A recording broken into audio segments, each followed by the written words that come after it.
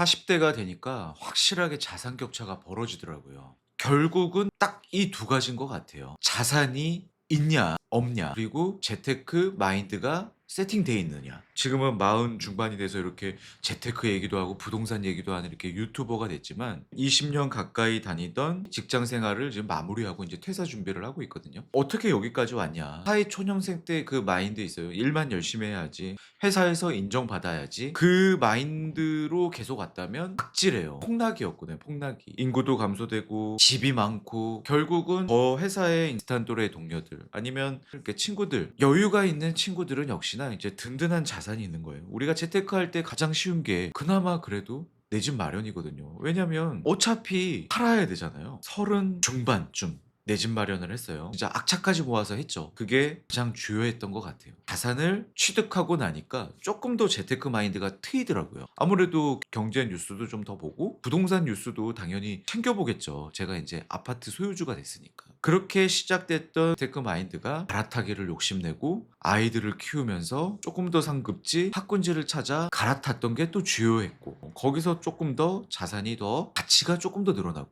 그 사이에 물론 자본주의를 공부를 계속했던 거죠. 대출, 좋은 대출을 받은 거죠.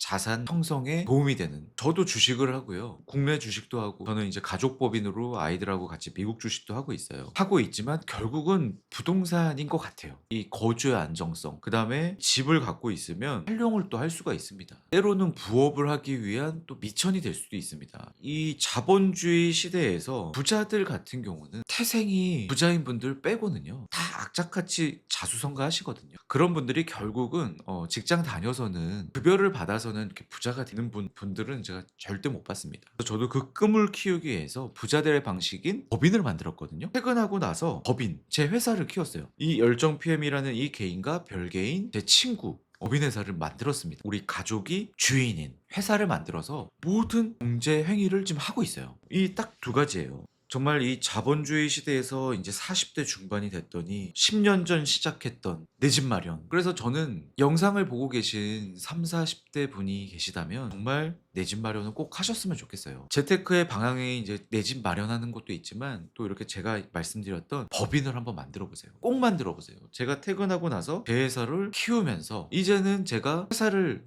마음 먹고요. 이제 퇴사하면 사람들이 항상 얘기하는 게 이거거든요. "아, 직장 그만뒀더니 대출이 안 나온다." 저는 제 회사에서 급여를 제가 조정할 수 있어요. 큰 대출을 실행할 때는요, 저는 제 담당 세무사님이랑 급여를 많이 높일 거예요. 제가 할 수 있잖아요. 은행에서는 연봉만 보거든요. 그걸 왜 못해요? 직장 다니면서 퇴근하고 조금씩 키웠던 제 회사에서 이제는 퇴사하고 제 회사에서 더 캐파를 키울 수 있겠다는 그런 확신이 들겠더라고요. 이런 유튜브, 제가 잘하는 일로 이렇게 무자본으로 창업한 거잖아요. 유튜브 지금 보고 계시는 분들, 제가 이런 얘기를 계속 올렸더니 저한테 "PM님, 저도 내 집 사고 싶어요. 상담해 주세요." 상담 안 하시나요? 그런 구독자분들의 요청에 의해서 제가 내 집 마련 컨설턴트가 되고, 그다음에 또 재테크의 다른 방법이 뭐예요? 또 부업 같은 거, 월 현금 흐름, 뭐 공간 대여 사업, 파티룸 이런 거 많이 물어보시니까 직장인인데 회사에서 모르게 할 수 있나요? 가족법인. 가족이 있다면, 자녀가 있다면 아이들한테, 미성년자한테 2천만 원 증여할 돈으로 법인을 한번 키워봐라, 이런 얘기들을 했더니 엄청난 Q&A로 좀 상담을 해달라고 해서 또 상담 컨설턴트가 된 거예요, 제가. 이렇게 너무 신기하더라고요. 개인으로 제 갖고 있는 이 아파트의 가치도 오르고 있고, 그리고 저는 또 언젠가는 또 더 한 번 더 상급지를 마지막으로 한번 꿈꾸고 있고, 그다음에 법인으로 조금씩 쌓고 있잖아요. 근데 지금 아무것도 안 한 제 친구들이랑은요, 격차가 순자산이라 그러잖아요. 아무것도 없는 친구들은 통장에 있는 돈 그것도 별로 안 되는 것 같아요, 얘기 들어보면. 점점 자산이 중요합니다. 자본주의 재테크 마인드 키우기에 법인이 굉장히 좋습니다. 모든 거 하고 싶은 거 다 해보세요. 부동산 투자도 할 수 있고요, 부업도 할 수 있고요, 임차인으로 사업도 할 수 있고, 공간 대여 사업도 할 수 있고요, 저처럼 증권사에 가서 법인 대접 받으면서 미국 주식도 할 수 있고요, 가족 법인에 우리 아이들 주주라고 계속 얘기하고 "너네들도 주인이다. 같이 미국 주식 고르자. 주말마다 어떤 주식 살까?" 그런 얘기해요. 이렇게 좋은 게 없더라고요. 내 집 마련 같은 경우는 한 30대 중반에 시작했고요. 가족 법인은 한 40대가 돼서 시작했는데, 이걸 안 했다면 지난 10년 동안 제가 아무것도 하지 않은 친구들보다는 많이 성장해 있더라고요. 친구들은 어떻게든 회사에 붙어 있을 궁리를 합니다. 아이들이 대학을 가면 학자금을 받는다고, 대학교.